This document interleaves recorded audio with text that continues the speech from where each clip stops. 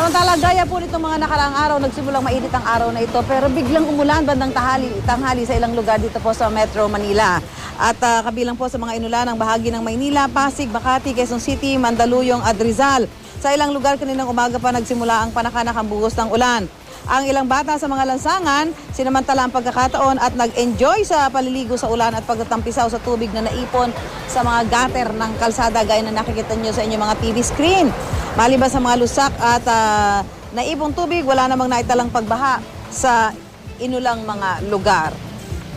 Kaugnay ng nararanasan nating pagbabago sa ating panahon, makakausap natin si Ginoong Chris Perez, weather forecaster ng Pag-asa. Magandang gabi sa iyo, Mr. Perez. Magandang gabi rin, Susan. Okay. Sir, ito pong nararanasan nating, actually, nagsimula ito nung pang Labor Day, ano, na may mga pag-ulan bandang hapon. Ano. Ito ba hudyat na tapos na ang summer at tayo pumapasok na sa panahon ng tag-ulan?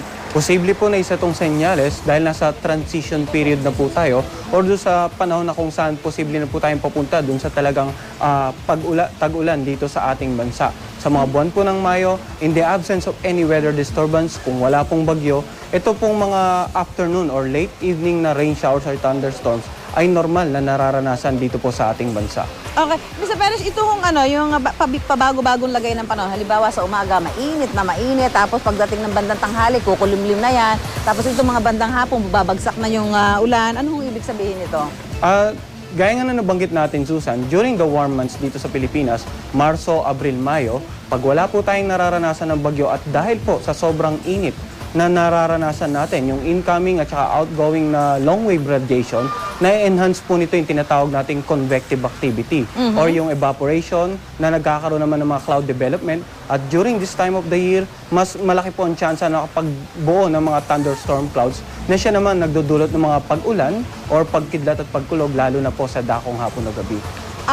Ano ang aasahan nating lagay ng panahon ngayong weekend, Ginoong Perez? Nako, siyempre marami yung mga kababayan natin pag weekend, yan talaga nilulook forward nila, no? Para makapag-bonding, especially dahil bakasyon yung mga bata. Ano aasahan natin lagay ng panahon sa Metro Manila at mga karatig lugar?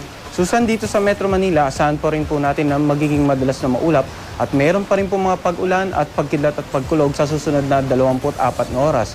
Ganon din sa nakararaming bahagi ng Katimugang Luzon at dito sa gitnang Luzon. Sa natitirang bahagi naman ng bansa, asahan po natin na magiging bahagi hanggang sa maulap at yung mga pag-ulan at pagkidlat at pagkulog, mga pulo-pulo lamang po at lalo na sa dakong hapon o gabi, posibleng maranasan nating mga kababayan. Napansin ko kanina, medyo matatalim yung mga kidlat, ano, Mr. Perez? Anong ibig sabihin nun?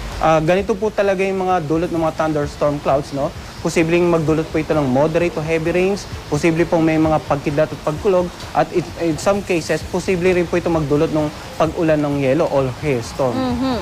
Okay, maraming salamat, Ginoong Chris Perez.